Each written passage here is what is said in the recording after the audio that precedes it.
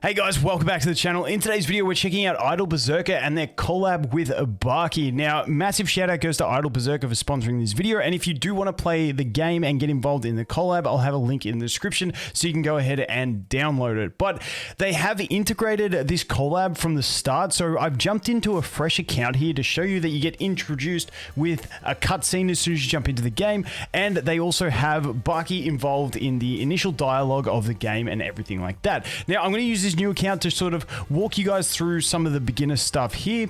Let's call this Vulcan 2, and then we'll jump over onto my other account and show you guys some of the more in-depth stuff that we do have in the game. Now, this game can look a bit daunting if you look at a fully advanced account, and that's why I want to show you guys here, because they do a really good job at progressing it along. So you can see we jump straight in with this event to some Baki action, but there is so many different power level increases that you can do in this game. It's one of those games where you play as the main character. It is idle, so you've got different campaign stages and bosses that you can defeat, and you progress through, and you keep powering up your character with weapons, with different skills. Then you end up getting creatures, companions. There's just so many upgrade power systems in this one to make yourself just feel completely overpowered and destroy monsters. Now, it's got this really nice little system where it basically guides you along, especially through the early game, with missions to do that give you a ton of rewards, but sort of guide you along the game. And that's why I think it's better to show you guys this on a new account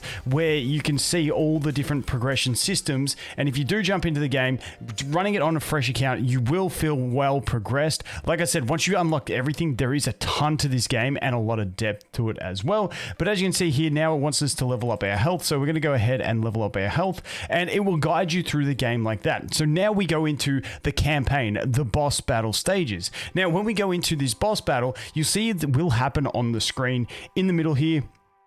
We got a Reaper that we're fighting. Now, we do have this Berserk mode that we will enable. I've got Auto Berserk on, so once we fill the bar, we go into Berserk mode and we absolutely hammer in on the enemies. Now, like I said, at base, when you start a fresh account, it feels pretty simplistic. You're a dude with a sword smacking on some stuff, but it does get a lot deeper than that as we go on. Okay, so I just stopped recording for about 15 minutes and played through to get a little bit of progression so I could unlock these Baki events and also show you some of these early progression systems. Now, we had a look earlier at your hero. You've got your stats that you can upgrade. We have mastery, which are more stat upgrades that we can go ahead and place into specific stats using a different currency. Then we have awakening. As you upgrade all these stats, you will be able to awaken your character. You've got to do a battle to awaken, and you get a bunch of different benefits. Then we have the awakening ability, which once you get to different ranks, you'll unlock different abilities, and you can re-roll these abilities. Sometimes it's boss damage, sometimes it's skill damage, all those different types of thing. Now, we also have the gearing system, which we've got weapons, we've got rings, we've got gauntlets, we've got necklaces, and we've got more stuff that we will unlock along the way. Now, to get these things, you're going to unlock the summon system. Now, you're going to do a ton of summons in this game, filling out those weapons rosters, and as you do more summons, you get more increased drop rates for the better rarities. As you can see, we don't have a chance yet, but after we do another 40 summons, we will start getting there. So we're going to pop a few summons here. You can see they drop in, and the higher rarity ones in what you have available are going to give you the nice animation. So we'll go again here, and then now you'll see that we've got the upgrade. We've got a few B ranks there, but now we have a 0.7% chance at A's. So now we can keep summoning, and trust me, you get so many resources to do summons in this game. It's ridiculous. So you will be consistently summoning, and there you go. We got the 0.7 chance. We got an A ranked sword. So we've already got that. Now we can also hit gauntlets in this one as well. But there is the general summon system. Now, we go out, we can also summon for some rings. You do get some tickets along the way as well to do it, but you can also summon for skills. So let's go ahead and summon for some skills. And those are some different skills that we have, which goes into our next system, which is the skill system. And we can equip different skills. So the ones I've got equipped at the moment, you can see creates a wave. The abyss inflicts 450% damage to all enemies and decreases their movement speed by 50%. This one, I'm going to consume some HP to deal damage to all enemies. enemies, increase their damage taken, which is nice. And then I have passives, increase attack by 13%. So you'll get all these different skills that you can upgrade, and then you can do different presets in case sometimes, like for instance in the campaign, it's normally single target bosses. So let's just equip this gear. The campaign single target bosses. So single target focus is going to be the way, but we've also unlocked the dungeon. Now the dungeon is where you're going to have a bunch of different dungeons that will unlock over time that will give you different resource farms, and you can get different keys to go ahead and farm these resources. The goblin one is going to give us the gold, and you're going to get all those different ones. And so these are often AoE, so you might want an AoE preset for that. We also have the challenge, which is like a tower mode that you can climb through as well, and that is all unlocked so far. And like I said, that's after about 15 minutes we've unlocked all these different power and progression type systems. Now I want to jump in and take a look at the event. We'll start off with the basic stuff to it, and then we'll get into like the campaign, the Baki campaign type stuff. So we've got, first of all, we got a login event with the collab, which is really nice, and then we get the SSR costume. Now the costumes are something you can actually equip to your characters, which is really cool. So if you play during the collab, you can get the costume. As you can see, there's a bunch of costumes in the game that you can get, but you've got to unlock them through different means. And like I said, one that we do get in this one is going to be the Baki costume from a login event. So it's always nice when you get good things from login events. Like I said, you get tons of currency. That was just 15,000 of the summon currency that we got right there. And then we got some extra event benefits that we'll get along the way. They throw in these cutscenes as well every once in a while, which is really nice as well. So there we go. We get some nice extra bonus goodies. Then we got this roulette event as well. So you can claim all these tokens. Then once you got it, you can do the rolls for the extra roulette prizes. Then as we go on past that, we've got this letter event where different areas in the game will give you access to obtaining different letters, and you can get them, and then you can go ahead and exchange them for different prizes. On top of that, we have the event dungeon as well, which we can go ahead and jump into here.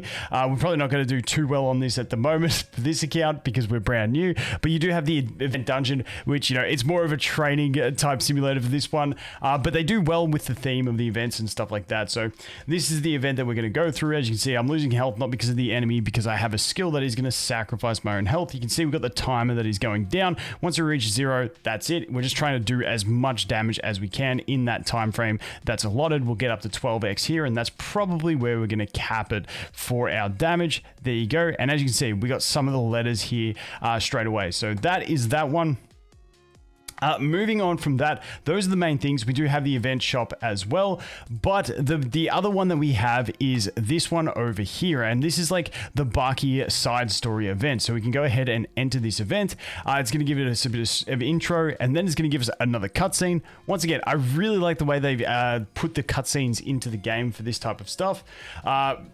Pretty solid. So let's jump into it, and then we'll take a look. So we get some freebies, and now you'll see that this closely resembles what the core part of the game is, and it's got its own upgrade systems and stuff like that. So we can go here as we're just punching things, we are getting those at that idle loot. So you can look at our coins in the top corner here going up as we're idly killing things. So I'm just going to stack some attack here because, you know, it's going to help us smack some things a bit harder, and it's got its own little quest thing. So now we can level up health a few times, and that's going to give us the next one.